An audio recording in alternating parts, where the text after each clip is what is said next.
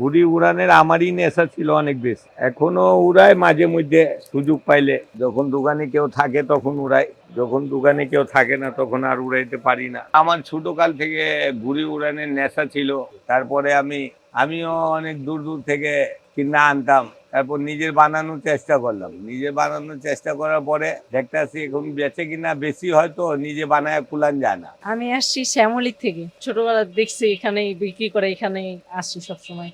আমাদের ওখানে পাওয়া যায় না তো, ক্যাম্পের বাজারে নাম করে আছে, এগুলো পাওয়া যায়। হ্যাঁ, আসি যখন এই যে যেরকম এখন গুড্ডির সিজন আসছে, তখন এই যে এই সময়টা আমরা নিয়ে যাই প্রায় সময়। না, এগুলো উড়ে মজা আছে, এগুলো আমরা ছোটবেলাতে দেখছি বড়রা উড়াই, এগুলো সুতা দিয়ে উড়াইতো, কাটাকাটি খেলতো, আমরাও এগুলো উড়াই।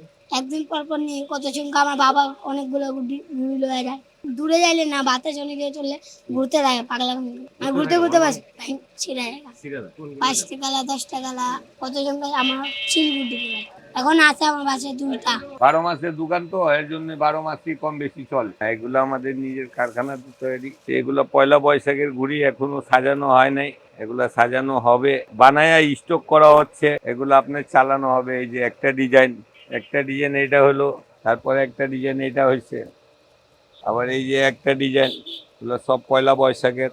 এগুলো এখনো মার্কেটে ছাড়া হয় নাই। অনেক ধরনের নাটাই আছে, এই যে এগুলো হচ্ছে বাটি নাটাই, এগুলো দিয়ে পোলা পান্ডা গুড্ডি উড়াইতে পারে সুন্দরভাবে। এটা হচ্ছে আপনার ছোট সাইজটা পোলা পান্ডের জন্য, এটা হচ্ছে আপনার মিডিয়াম সাইজটা। তারপরে এগুলো হচ্ছে আপনার চায়না সুতা, এগুলো সুতা দিয়ে গুড্ডি উড়ায়। শ্রমিক কাজ করে আপনি 6 জন লোক থাকে, 12 মাসই বানায় বানায় বানায় স্টক করে, যখন সিজন আসে তখন এগুলো বেচে কিনা হয় আবার।